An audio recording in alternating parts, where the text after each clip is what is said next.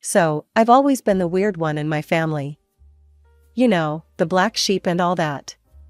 I'm Ella Thompson, 29 years old now, but I felt like I don't fit in for pretty much forever. Growing up, I was the oldest kid of doctors Margaret and Robert Thompson. Yeah, my parents were big shots, but none of that good stuff ever really came my way. Nah, all the perks went to my younger twin brothers, Jack and Oliver. From the second those two popped out, it was like I became invisible to my parents. It started off small, you know? They'd get a bigger piece of cake or a new toy. But as we got older, it got way worse and super obvious. I remember when I turned 10. I'd been dropping hints for ages about this art set I saw in a shop window. Nothing crazy, just a basic kit with some decent paints and brushes. When my birthday rolled around, I was so pumped to open my one present, and what do I find? A freaking math workbook. When I hit my teenage years, the favoritism got even more in your face. Family trips were all about what the boys wanted. If Jack felt like skiing, boom, we're off to the slopes. If Oliver was into surfing that year, hello beach vacation. My ideas? Always got shot down or ignored. College applications. Man, that's a touchy subject. When I was 17, I fell in love with art restoration. I'd hang out at the local museum for hours, bugging the staff with questions about how they fixed up old art. When I brought up studying art restoration in college, you'd think I'd said I wanted to join the circus or something. Art restoration? Mom laughed. Ella, get real. That's not a proper job. Yeah, Ella, Jack butted in with this smug look. Why don't you do something useful, like become a doctor? I'll never forget how proud my parents looked when Jack said that. It was a look I'd never seen them give me. Even though they didn't have my back, I was determined to make it happen. When college acceptance letters started showing up, I was over the moon to find out I'd scored a scholarship to study art restoration. I remember running into the kitchen, waving the letter around like a crazy person. Mom, Dad, I got a scholarship. Mom barely looked up from her medical journal. That's nice, honey. Did you hear the boys got perfect scores on their SATs? The day I left for college was so different from when the twins would leave 2 years later. I packed up my second-hand laptop and thrift store clothes, getting ready to take the bus to my not-so-fancy state school. My parents were too caught up in their work to even give me a ride to the bus station. But there was one person who actually saw me for who I was. My grandma, Elizabeth. She showed up that day, and right before I was about to leave, she pulled me aside. Ella, sweetie, she said, pushing a small envelope into my hand. I'm so proud of you. Don't ever forget that. Inside the envelope was a check, not enough to change my whole life, but enough to make things a bit easier. But more than the money, it was the fact that she actually noticed me that meant everything. So, college was kind of a mixed bag for me. On one hand, I was finally free from always being compared to Jack and Oliver. I could really dive into my studies without feeling like I was in some weird competition for attention. But on the other hand, money was tight. Like, really tight.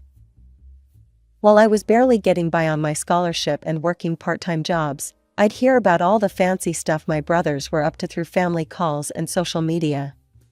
Fancy frat parties, spring break trips to crazy places, internships at big-shot hospitals, all paid for by our parents, of course.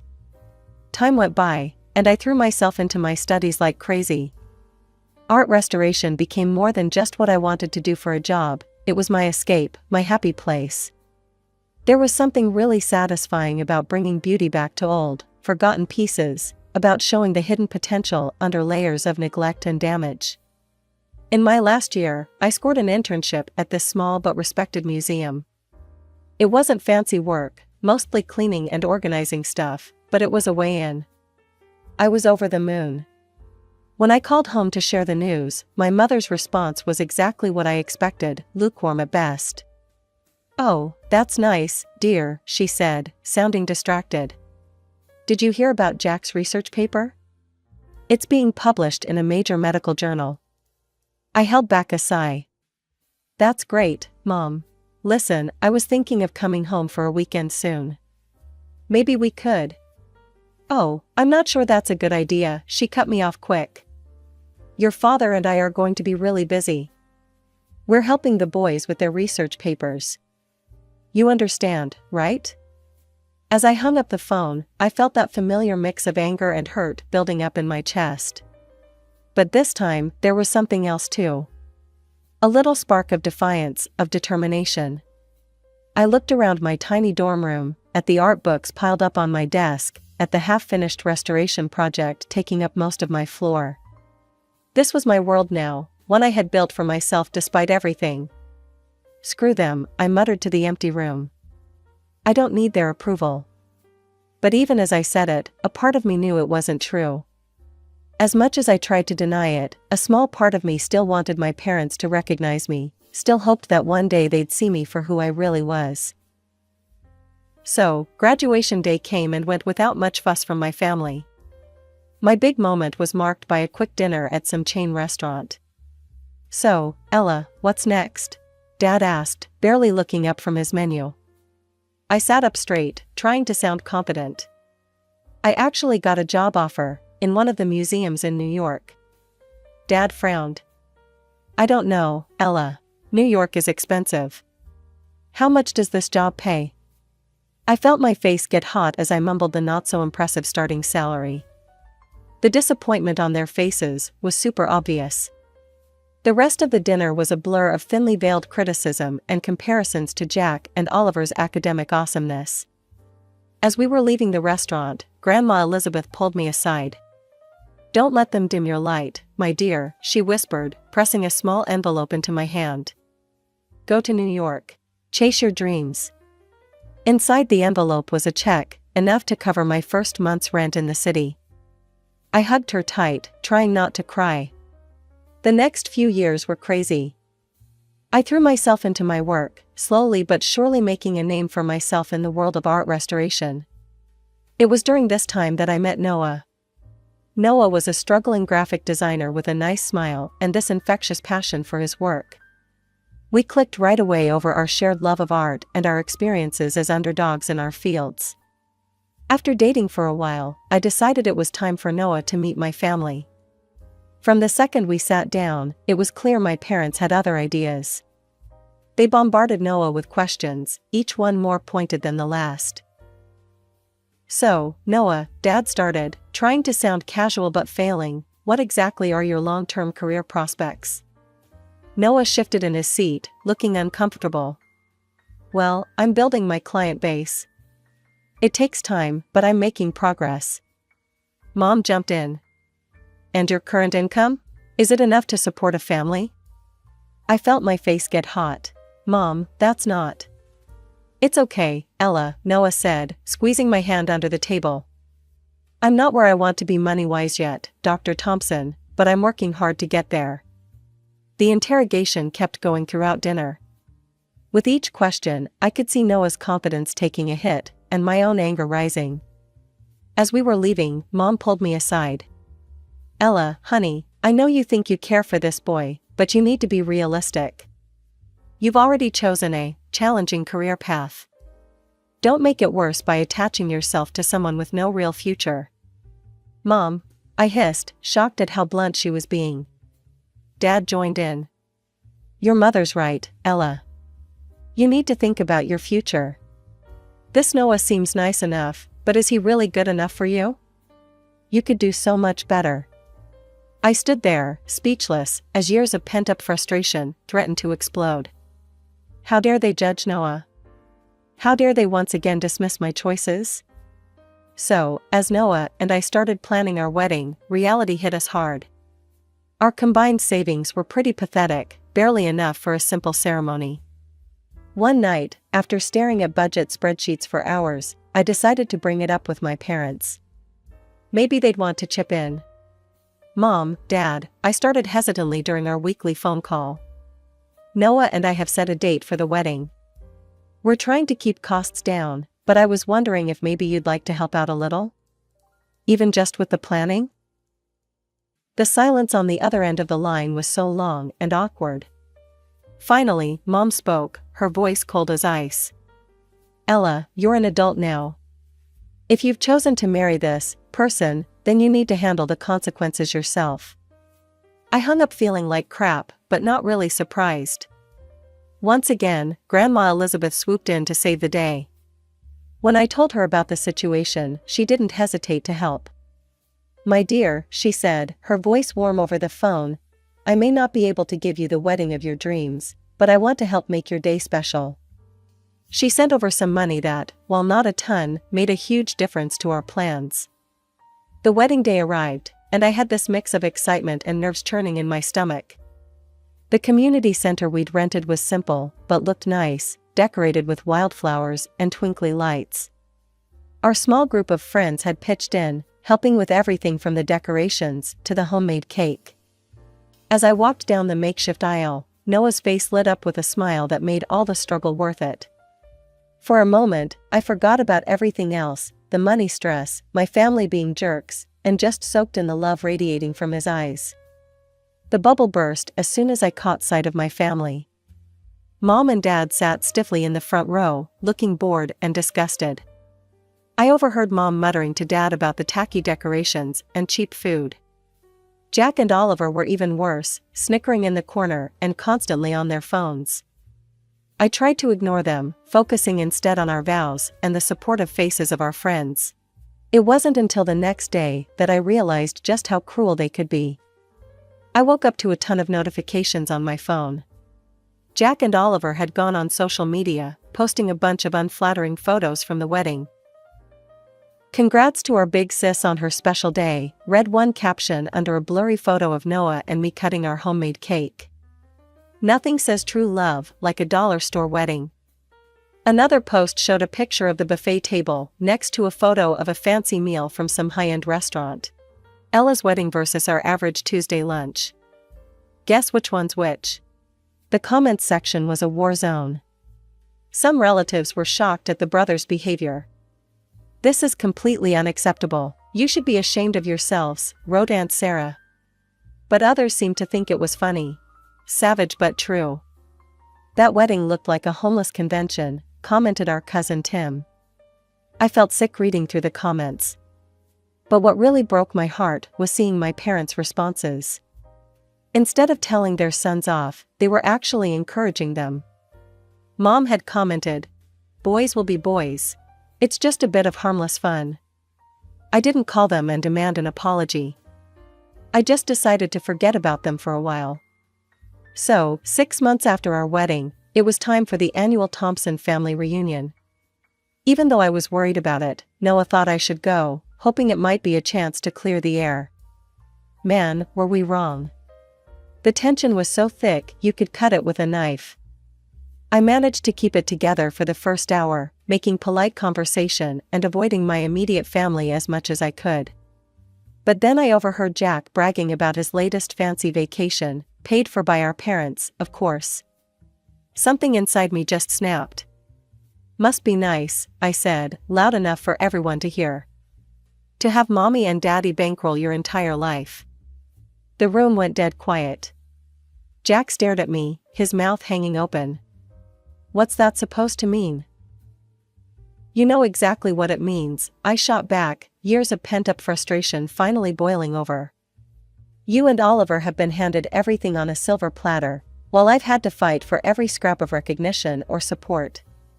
Mom stepped forward, her face red with anger. "Now, Ella, you're being ridiculous. We've always treated you children equally." I let out a bitter laugh. "Equally? Are you kidding me? Let's talk about equal, shall we?" I started counting off on my fingers. Private school tuition for the boys, public school for me. Brand new cars for their 16th birthdays, nothing for mine. And let's not forget the crowning achievement, $300,000 for their Ivy League medical educations, while I had to scrape by on scholarships and loans.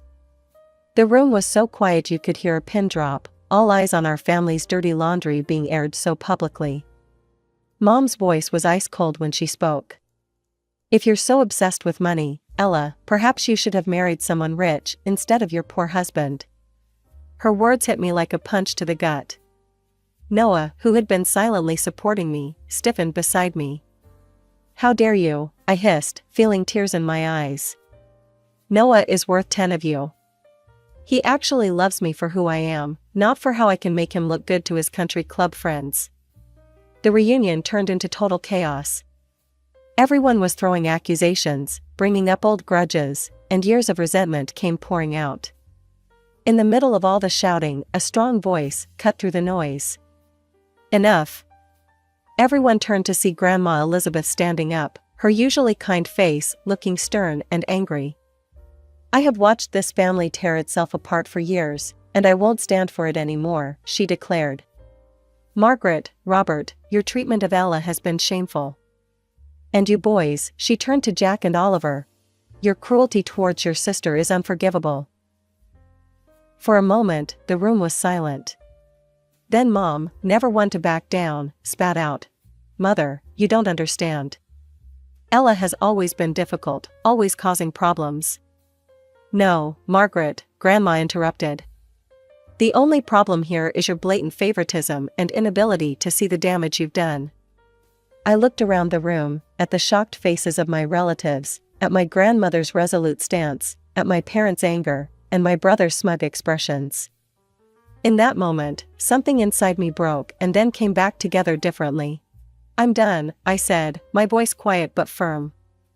"I'm done trying to win your approval, done trying to be part of this toxic family. Noah and I are leaving, and don't bother trying to contact us." The months that followed were tough. Noah was my rock through it all. He held me when the sadness hit, celebrated the small victories, and never once made me feel guilty for the family drama I'd brought into our lives. So, life has this weird way of throwing you for a loop when you least expect it. It all kicked off with a phone call. Noah had been working his butt off for weeks, putting everything he had into a pitch for this big-time client. When he answered the phone that sunny Tuesday morning, I could tell from the look on his face that something major had gone down. "We got it," he said, his voice barely above a whisper. "Ella, we got the contract." The next few months were crazy. Noah's little design firm blew up overnight, the fancy client opening doors we never thought we'd see. Suddenly, we weren't just scraping by, we were rolling in it. But with our new success, came this unexpected complication. My phone started blowing up with notifications, friend requests from family members I'd long since blocked, messages from distant relatives suddenly wanting to catch up. And then, the call I'd been dreading. "Ella, sweetheart." My mother's voice, sickly sweet, came through the line. "We've heard the wonderful news about Noah's business. We always knew you two would make it."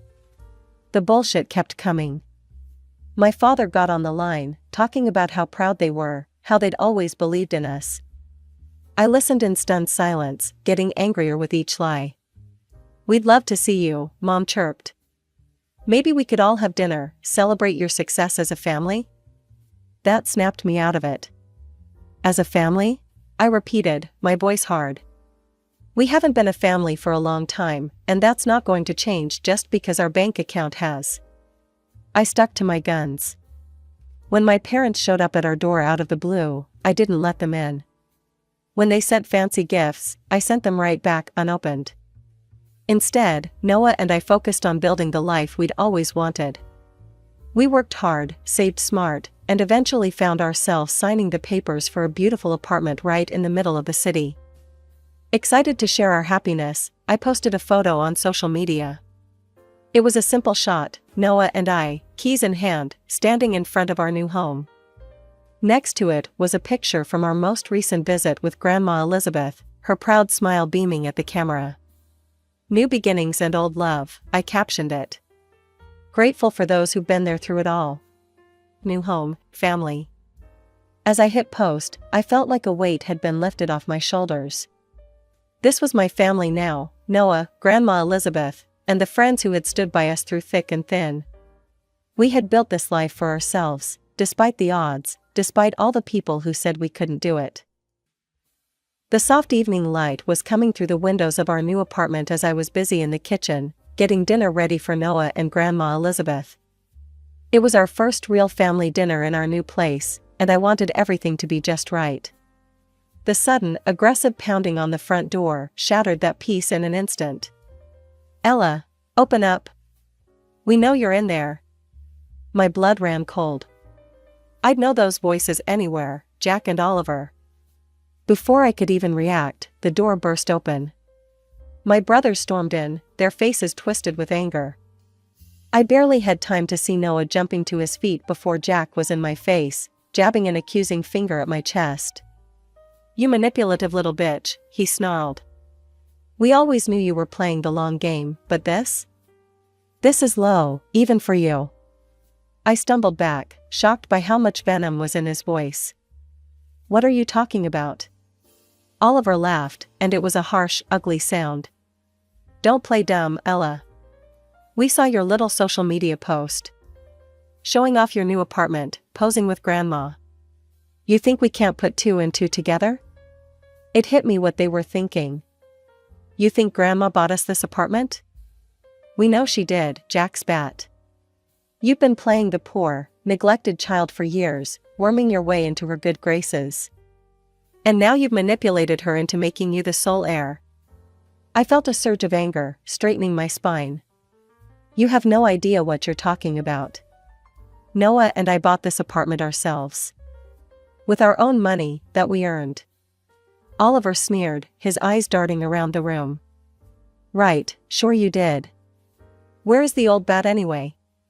Hiding her away so we can't talk sense into her? That crazy old woman should be in a cemetery by now. I can't wait for her to kick the bucket so I can sell her house and live it up." The room fell deadly silent. For a moment, I thought I might have imagined those horrific words. Then, a quiet voice spoke from the doorway of the guest room. "So this is how you truly feel about me." All heads turned to see Grandma Elizabeth standing there, her face a mask of shock and disappointment. The color drained from Jack and Oliver's faces as they realized their grandmother had heard every word. "Grandma," Jack stammered, we didn't mean." Elizabeth held up a hand, shutting him up. "I've heard enough," she said, her voice quiet but firm. "I finally understand who truly values me and who sees me as nothing more than a meal ticket." I found my voice, strengthened by my grandmother's presence. "I think you both need to leave. Now." For a moment, it looked like they might argue. But one look at Grandma's face, a mixture of hurt and resolve, seemed to deflate them. They slunk towards the door, muttering weak excuses. The aftermath of that crazy evening hit like a storm. My phone wouldn't stop buzzing, constantly reminding me of the mess that had blown up. Mom's name popped up on the screen for what felt like the millionth time. Against my better judgment, I picked up. "Ella," her voice was sharp, not sounding like a mom at all. "You need to fix this. Your grandmother is furious with the boys. You need to smooth things over, tell her it was all a misunderstanding." I let out a bitter laugh. "A misunderstanding?" "They broke into my home and said they couldn't wait for her to die so they could sell her house." "How exactly is that a misunderstanding?" "They didn't mean it," Dad chimed in, apparently on speakerphone. "You know how the boys can be. They were just upset." "Upset about what?" I challenged. "That Noah and I bought an apartment with our own money? That Grandma loves me?" Mom's voice turned sickly sweet. "Sweetheart, we know you've always felt left out. But you need to think about what's best for the family. Your brothers deserve that inheritance. Don't be selfish." Something inside me snapped. Years of pent-up frustration and hurt came pouring out. "Selfish? You're calling me selfish? After years of favoritism, of dismissing my achievements, of treating Noah and me like second-class citizens? And now you have the audacity to demand I give up an inheritance I never even asked for?" "Now, Ella," Dad started, but I cut him off. "No. I'm done. I'm done with the manipulation, the guilt trips, all of it. Don't call me again. Don't text. Don't show up at my door. We're through." Over the next few days, I blocked their numbers, along with Jack and Oliver's. It was painful, like cutting off a diseased limb, but necessary for healing to begin. As the dust settled, I found myself surrounded by a different kind of warmth. Grandma Elizabeth, now fully aware of the family dynamics she had long suspected, became an even more constant presence in our lives. Aunt Sarah, who had reached out after the wedding fiasco, became a regular visitor. "I always knew you were special, Ella," she said, hugging me tightly. "I'm sorry I didn't stand up for you sooner." Other relatives, cousins, and distant aunts and uncles who had witnessed my family's mistreatment over the years, reached out with messages of support. It was as if a veil had been lifted, allowing genuine relationships to flourish where there had once been only obligation. Noah's family, bless them, wrapped me in a blanket of unconditional love. His parents, who had watched from the sidelines as my own family tore me down, went out of their way to make me feel cherished. Noah and I threw ourselves into making our new apartment a home. Each piece of furniture, each photo on the wall, was a testament to the life we were building together, a life founded on mutual respect, support, and love.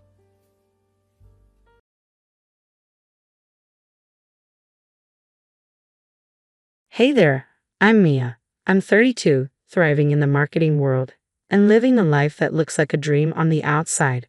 We've got the picture-perfect setup.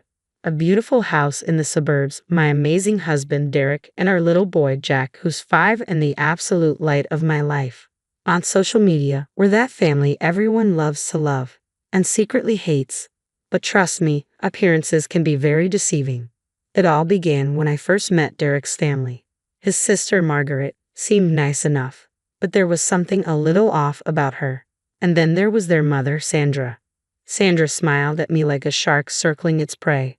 During our first dinner, she looked me up and down and said, "Oh, Maya dear, that dress is interesting." I'm sure it was quite fashionable a few years ago. I plastered on my best fake smile and replied, "Thanks, Sandra. I just love vintage." Derek squeezed my hand under the table, blissfully unaware of the tension. As time passed, things only got weirder. Margaret was always dashing off somewhere, using vague excuses about work or meeting friends, but it never quite added up. One night, I mentioned it to Derek. "Hey, doesn't it seem like Margaret's been acting a little strange lately?" He just shrugged. "That's just Margaret being Margaret. You know how she is." But I couldn't shake the feeling. Thank God for my best friend and work buddy Allison. She's been my rock through all this chaos. "Girl, your in-laws sound like a nightmare," she said over lunch one day. "You have no idea," I replied, rolling my eyes. Sandra's backhanded comments, Margaret's sneaky behavior, it's just a lot. Little did I know, things were about to escalate. One Tuesday night, I was working late, finishing up a big presentation. As I was packing up to leave, I noticed Margaret's car in the office parking lot. "Weird," I muttered. Curiosity got the best of me, and I decided to peek through the office windows. There she was, in what should have been an empty conference room, arguing with a man who definitely wasn't her husband. They spoke in hushed, urgent tones, but I managed to catch snippets.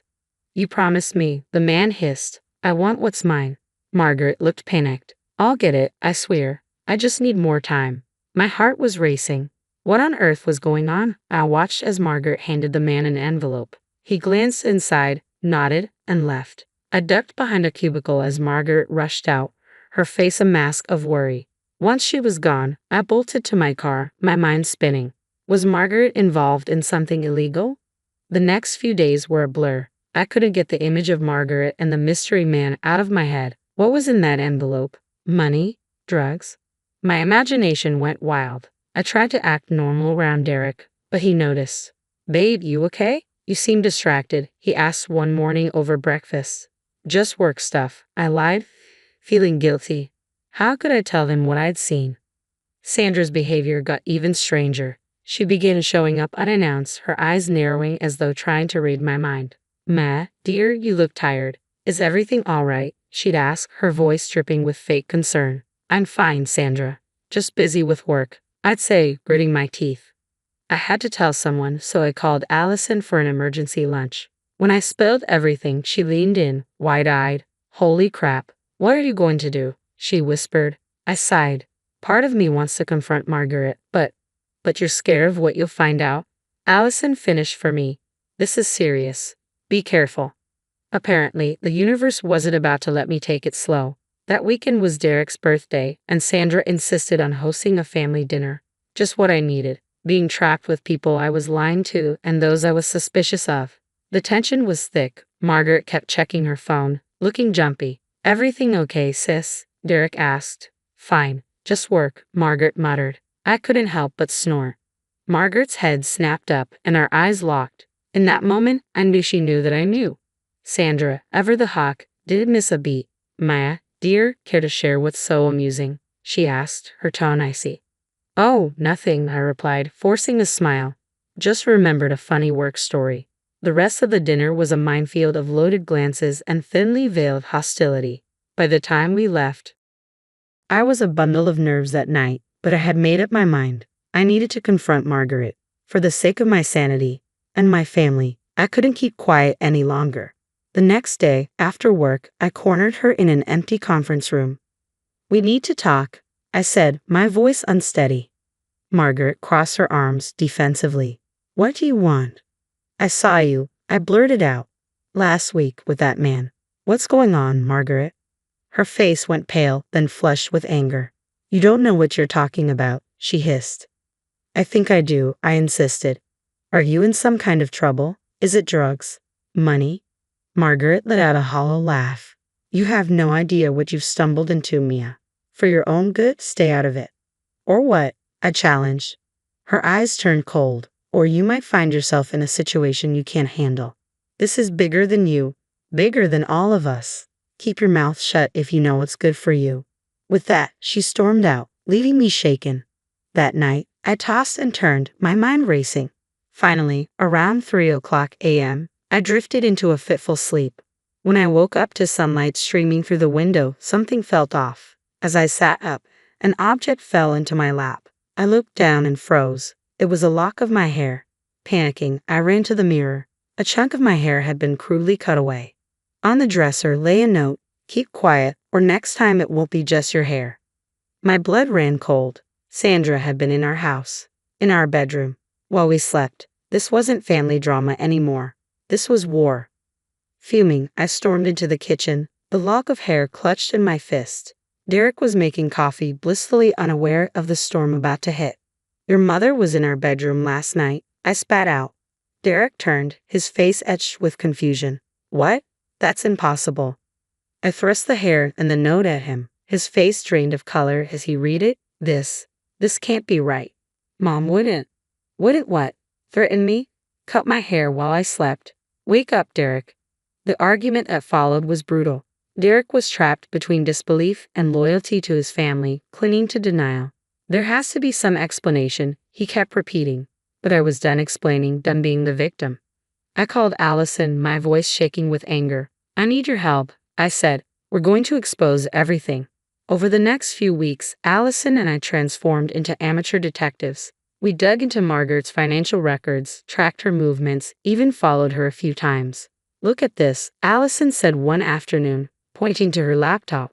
"Margaret's been making large cash withdrawals every month." The pieces were starting to fall into place. But it wasn't just Margaret. As we dug deeper, we unearthed dirt on Sandra too. I read through old newspaper clippings, my heart pounding. "Holy crap," I muttered. Sandra was involved in a huge embezzlement scandal 20 years ago. It was all hushed up. The weight of our discoveries was staggering. This wasn't just about Margaret's secret. It was a web of lies and manipulation spanning decades. I knew it was time for a family intervention. I gathered everyone: Derek, his father George, even some extended relatives. Taking a deep breath, I laid out everything we'd uncovered.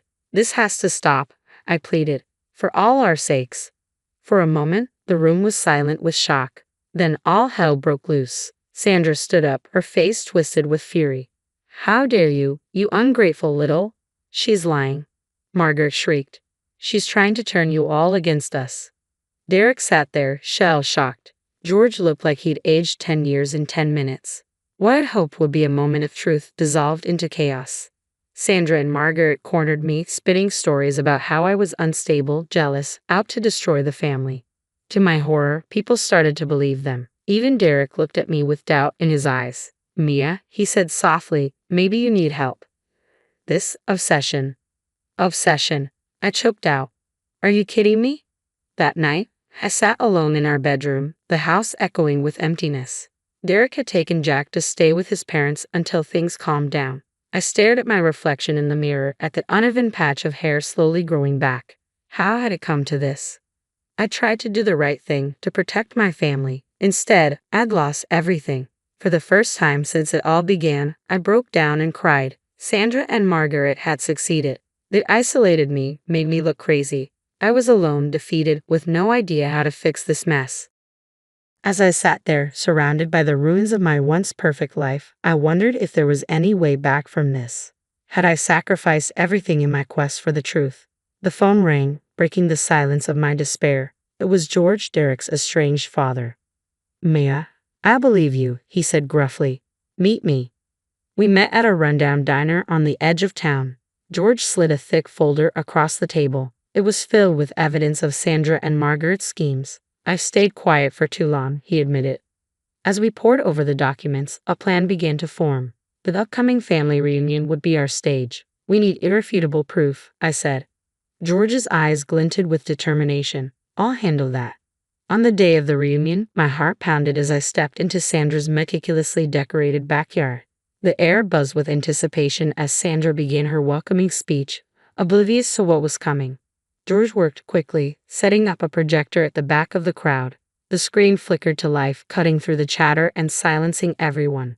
We presented our case. Emails, bank statements, and recorded conversations appeared on the screen, each piece more damning than the last. Margaret's money laundering scheme was laid bare, followed by Sandra's long history of fraud. The final blow, a recording of Sandra and Margaret plotting to frame me for embezzlement. "Once Maya's gone, we control Derek's inheritance," Sandra's voice declared, cold and calculating. The crowd fell into stunned silence. Then chaos erupted. "How could you?" Derek's voice sliced through the noise, filled with disbelief and hurt. Margaret was the first to crack. "It wasn't supposed to go this far," she sobbed. "Mom said it'd be easy money." Sandra turned on her daughter, snarling, "You ungrateful fool. After everything I've done for you." But the truth was out, and there was no escape. The authorities arrived, and Sandra and Margaret were led away in handcuffs, their faces etched with defeat. In the aftermath, apologetic family members surrounded me, offering hesitant words of support. Derek approached, his eyes brimming with remorse. "Maya, I'm so sorry," he whispered. "Can you ever forgive me?" I looked at him, seeing both the man I loved and the one who had doubted me. "We have a lot to work through," I said honestly. Over the next year, I focused on rebuilding my life. My career soared as I regained my footing, and Derek and I entered counseling, slowly piecing our relationship back together. It wasn't easy, but we were committed to healing. One afternoon, standing in my new office, I received news of Sandra and Margaret's sentencing. A weight lifted from my shoulders. I turned to my desk, where a photo of me, Derek, and Jack sat. We were smiling, genuinely this time. The perfect facade was gone, replaced by something real and honest. It wasn't perfect, but it was ours, and that was better than any illusion ever could be.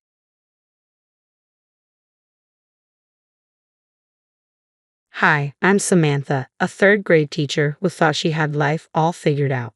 Turns out, I was way off. There I was, knee-deep in old photo albums, trying to create a killer slideshow for my mom's 50th birthday. My tiny apartment was decked out in streamers, and my boyfriend, John, was lounging on the couch, chuckling at my dedication. "Samantha, you're going overboard. Your mom's going to love it no matter what," he said, munching on chips. I rolled my eyes. "John, you don't get it. Mom deserves the best. She's done everything for me." As I flipped through another album, something strange caught my eye. "Hey, that's weird," I muttered. John looked up. "What's up?" "These photos. The dates are all wrong, and Mom looks different here." I held up a picture of her supposedly on my 10th birthday, but her hair was short. I distinctly remembered it being long that year. "Maybe it's just an old photo," John suggested. I shook my head. "Look at the date. It doesn't make sense." Just then, my phone buzzed. It was Mia, my best friend since forever.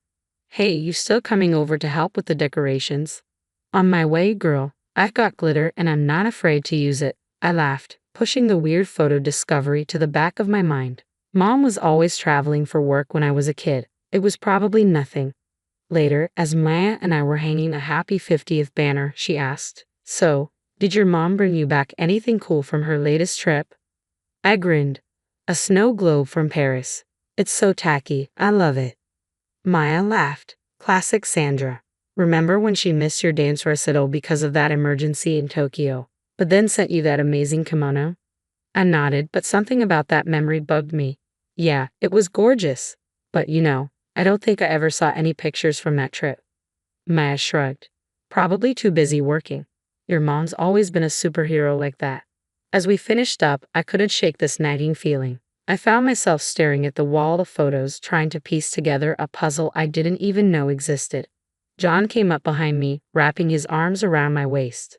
"Your mom's going to love this, Sam. You've outdone yourself." I leaned back into him, pushing down the doubts creeping in. "Thanks, babe. I just want everything to be perfect. She deserves it after everything she's done for me." Later that night, I slipped into Mom's office, my heart pounding. I'd never snooped before, but those photos were haunting me. "Come on, Sam, you're being ridiculous," I muttered, running my hand along the bookshelf. That's when I felt it, a slight unevenness in the wood. I pressed and a panel slid open, revealing a hidden safe. My hand shook as I tried different combinations. Her birthday, my birthday, nothing. Then it hit me, the day Dad died. Click. Inside, I found a stack of documents, birth certificates, 4 of them, all with Mom's name but different fathers. Financial records followed, showing huge sums of money, all paid to Mom. "What the hell?" I whispered, my vision blurring with tears. I called Mia, my voice trembling. "Maya, I need you, now." When she arrived, I spilled everything. Her eyes widened in shock. "Sam, are you sure?" I nodded, then froze as another horrifying thought hit me. Remember my high school graduation, when Mom was stuck in Singapore? Mia's eyes narrowed. "Yeah. One of these birth certificates is dated just days after that," I said, my stomach twisting. Another memory surfaced, my scholarship ceremony. She'd missed it for an emergency in Frankfurt. Oh my God, Mia. Days later, I heard Mom's key in the lock. I sat in the darkened living room, the documents spread across the coffee table. She flicked on the light, and her smile faltered when she saw my face. "Samantha, why are you sitting in the dark, sweetheart?" "Who are they?" I asked, my voice eerily calm. Who are you talking about, darling?" I held up the birth certificates. "Don't lie to me, Mom. Not anymore." Her face crumpled. "Samantha, I can explain." "Explain what?" I shouted, standing up. "That you missed my graduation to have another kid?"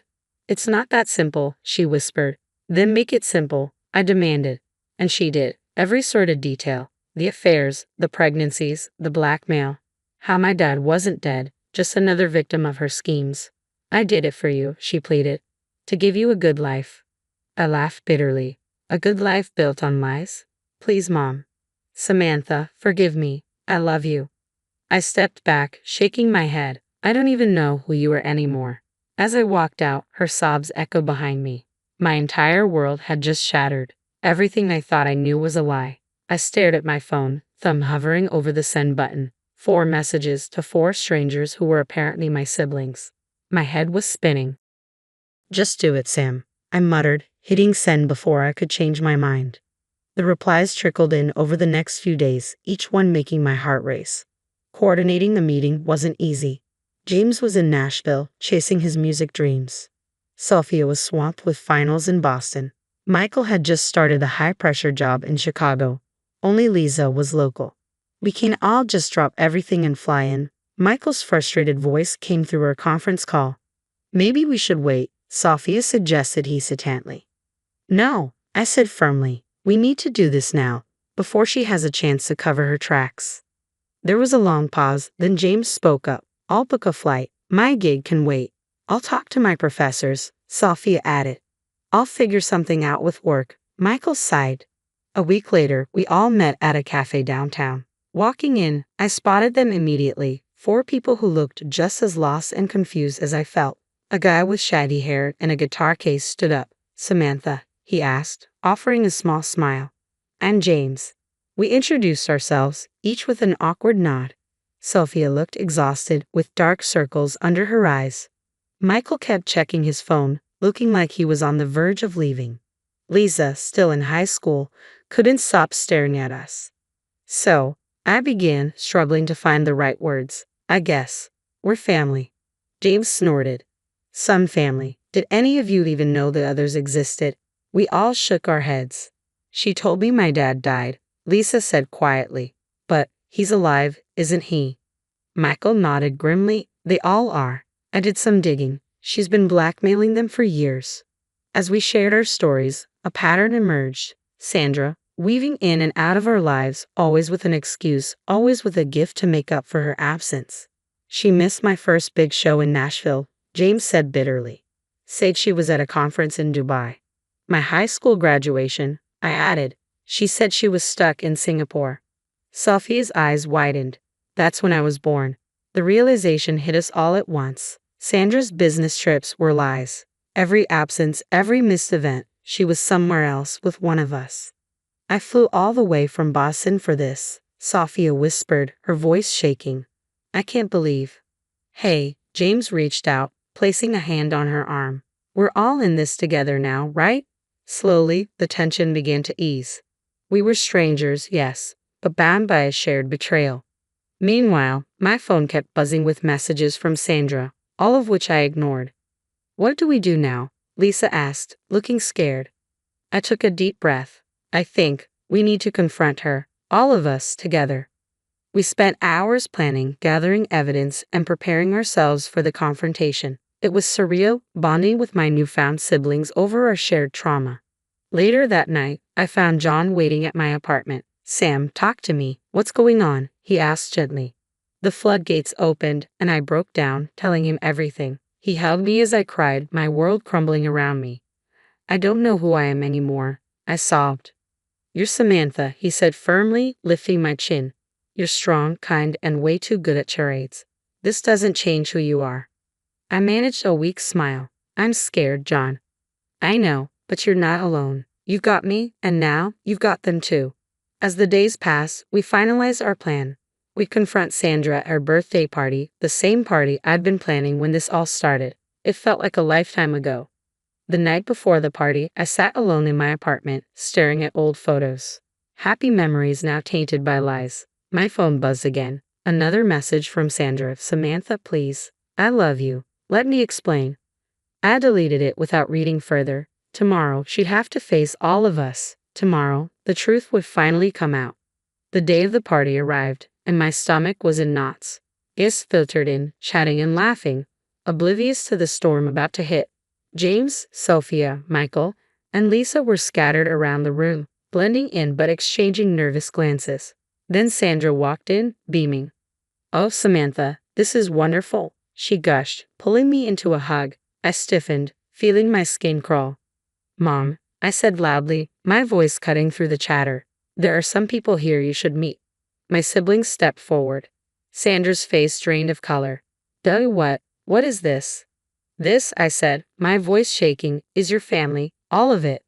The room fell silent. I pulled out the documents from my bag. We found these, Mom. Care to explain? Sandra's eyes darted around the room, panicked. Sam, please not here. No, I cut her off. You don't get to hide anymore. I laid out everything. The birth certificates, the financial records. You missed my high school graduation because you were giving birth to Sophia. I said, my voice breaking. My scholarship ceremony. That was Lisa. One by one, my siblings shared their stories. James talked about missed concerts. Sophia about lonely Christmases. Michael about unanswered calls. Sandra crumbled before us, her perfect image cracking. I never meant for this to happen, she sobbed. The first time, I was scared. I needed money. Then it just spiraled. You lied to us our entire lives, Michael said coldly. I love you all, Sandra pleaded. Everything I did was for you. No, I interrupted, my voice steely. It was for you. We were just collateral damage in your schemes. The guests were murmuring, shocked. I saw Sandra's boss whispering furiously into his phone. Please, Sandra begged, her voice desperate. Forgive me. We can be a family. We are a family. Lisa, her voice quiet but steady, said, just not with you. One by one, we told Sandra we wanted nothing to do with her. As we walked out, leaving her sobbing in a room full of stunned guests, I felt a weight lift from my shoulders. Later that night, we gathered at my apartment, the air thick with unspoken words. "So, what now?" James asked, strumming his guitar absently. Michael leaned forward, his face set with determination. "I've been thinking, we have a right to know our fathers. I want to find mine." A murmur of agreement swept through the room. "Me too," Sophia said quietly. "I have so many questions. It won't be easy, I warned. These men, they might not want to be found." Lisa nodded thoughtfully. "But we deserve answers. We deserve to know where we came from." For hours, we talked, planned, and shared our fears and hopes.